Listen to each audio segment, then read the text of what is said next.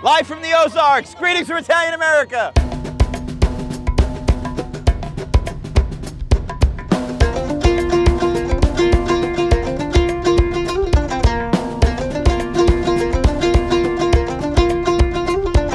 When we set out to explore the best of Italian America, it's safe to say we had a New York-centric idea about what constitutes the Italian-American universe. I bet the Chinese food here is terrible. But we've come to learn that some of the finest fruits of Italian influence in America actually exist well off the beaten path. And few places, if any, bring to life the story of Italian immigration quite like Tontitown, Arkansas. And each year, in early August, its unique Italianità is on full display in one of the oldest continually running Italian-American celebrations you'll find anywhere, the Annual Tontitown Grape Festival. Now, when it comes to Italian festivals, we all come to the table with our own list of preconceived expectations.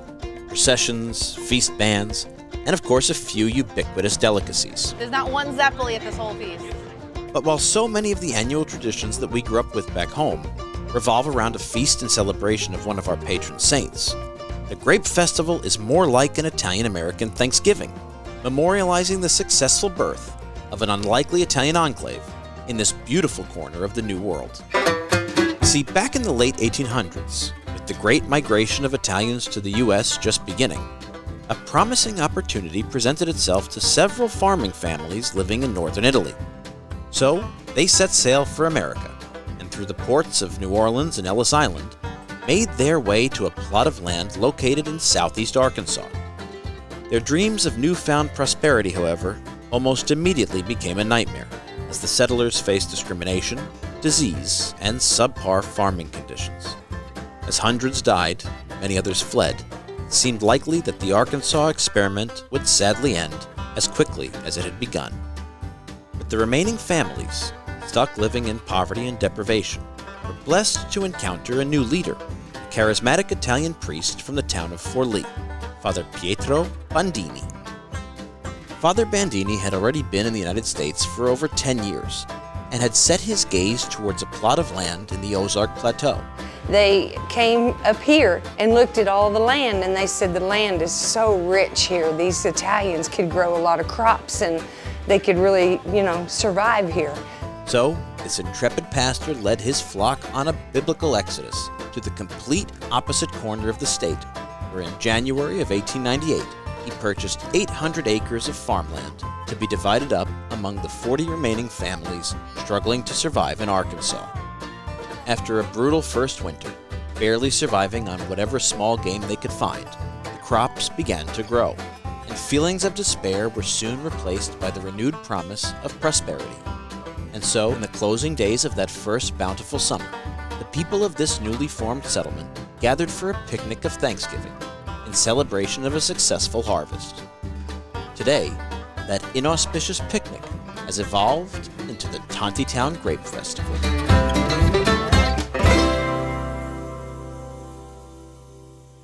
Now, even for three professional Italian Americans, a place like Tontitown provides a rare opportunity to discover some truly exotic examples of Italian American life. I mean, spaghetti and fried chicken? In truth, you couldn't ask for a more symbolic and, might I add, delicious dish to let us know that this is not your Nona's Little Italy. A lot of it redneck and a little bit red sauce. For all of our differences, though, the familiar values of an Italian-American community are palpable here, and it didn't take much for us to feel right at home. The festival itself takes place each year on the grounds of St. Joseph's Church, Tontitown's beloved Catholic parish for over 100 years.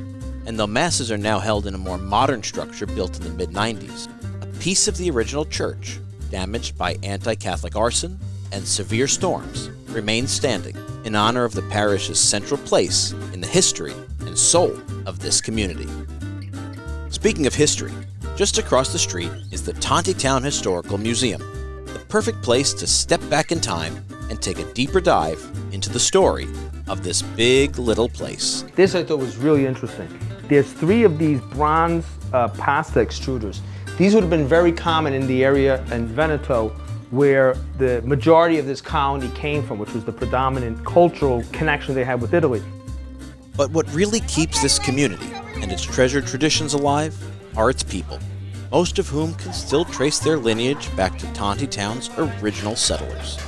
People like Cara Jo Engel, a former Queen Concordia, and our current tour guide. Y'all are gonna enjoy some of the Arkansas varieties today. There's the Zulpo family, owners of Mama Z's.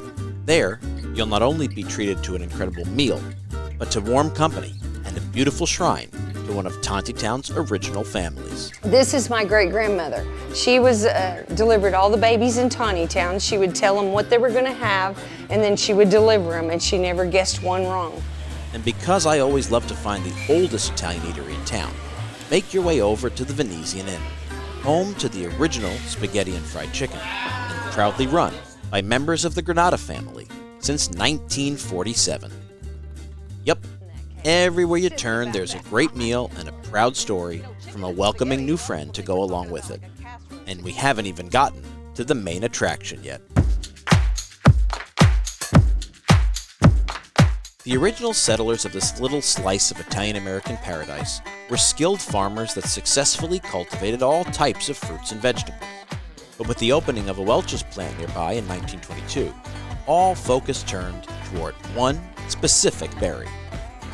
Grapes instantly became the dominant crop for this burgeoning community, which was particularly good news for new waves of emigrating Italian farmers. Farmers like Nazareno Rinaldi, who moved to Tontitown in 1906. By 1923, he had worked up enough of his savings to purchase his own plot of land, a farm which is still run today by his grandson Chris, the last remaining commercial grape grower in Tontitown. Our family has always been into farming. That's kind of been our roots. Chris's knowledge of grapes, and agriculture in general really, rivals the academic acumen of a brain surgeon. A truly remarkable treasure trove of information and skill. And as you could expect, extends to the beloved Italian custom of winemaking, another Rinaldi family tradition that Chris learned from his father in their family home. Yeah, I was 14 when he passed away, so I didn't know but so much about it. But I knew enough where I can, kept making my own batches of wine.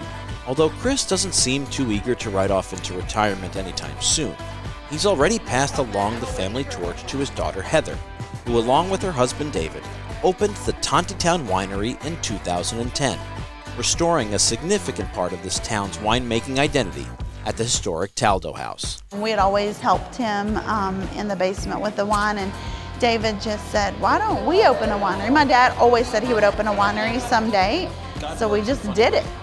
We came for the wine, the company, and of course the history lesson, but we definitely stayed for the food. And let me be the first New Yorker to officially endorse grape-topped pizza.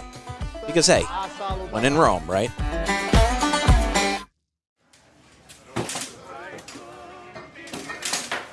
It's no small feat keeping a tradition alive, let alone for 1¼ centuries. And once we got over the absence of Zeppelis, it was impossible not to get caught up in the magic of it all. You can smell the grapes. The carnival, the grape stomp, and the signature spaghetti and chicken dinner, lovingly prepared by our new friends, whose dedication to honoring their ancestors is inspiring and contagious. It's heavy. This is tough. Doing God's work here, Patrick. So we make 5 90-gallon vats of sauce each week for the festival. So we're on our 3rd batch for the week. We just got the meat going, the onions, the garlic, the butter. And so we're letting all of that stuff cook and get ready for it, and then we're going to add all of our sauce and stuff later, then we'll let it simmer all day. And we'll feed it to hopefully 1,800 to 2,500 people tonight, so we're excited. Oh, it's changed the makeup of our church like it once was, but you can see from the festival that whether they are Italian or not, they definitely believe in keeping the tradition alive of the festival. Perhaps it's the Italian-American resilience that we've all come to rely on. Or just good old-fashioned small-town values. It's probably a little bit of both.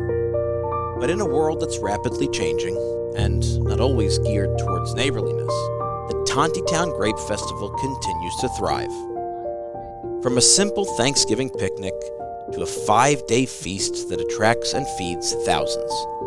It's clear that the vision of Father Bandini has been realized, and the spirits of the original proprietors of this incredible land have never left it.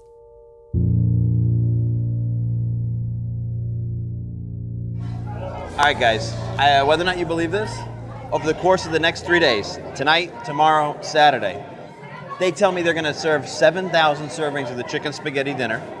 And right now, the line that we just cut, people are waiting 3 hours to get in. If this was New York, we would have had a fire and a riot in the parking lot over us cutting this line. But you know what? The chicken was good, the spaghetti was good, but the best thing here was the people, right, Pat? Absolutely. More impressive than anything else was the people. The hospitality and the connection they feel with Italy, even though that this colony is almost 130 years old. Yeah, it's unbelievable. This is why we're here, to put this show you the parts of Italian America that you might not expect, and Tontitown, Arkansas, top of that list, right? Never thought we'd say we're coming back to Arkansas, but we're coming back. We're coming back. So thanks for joining us, and we'll see you from our next stop in Italian America. I came here for the fried chicken and spaghetti, but I'm staying for the southern cinnamon rolls because back in New York, this would be made with oat milk and the gluten-free quinoa, but this is how you eat if you want to enjoy life. Pat, which ride do you want to go on? The merry-go-round. Aww.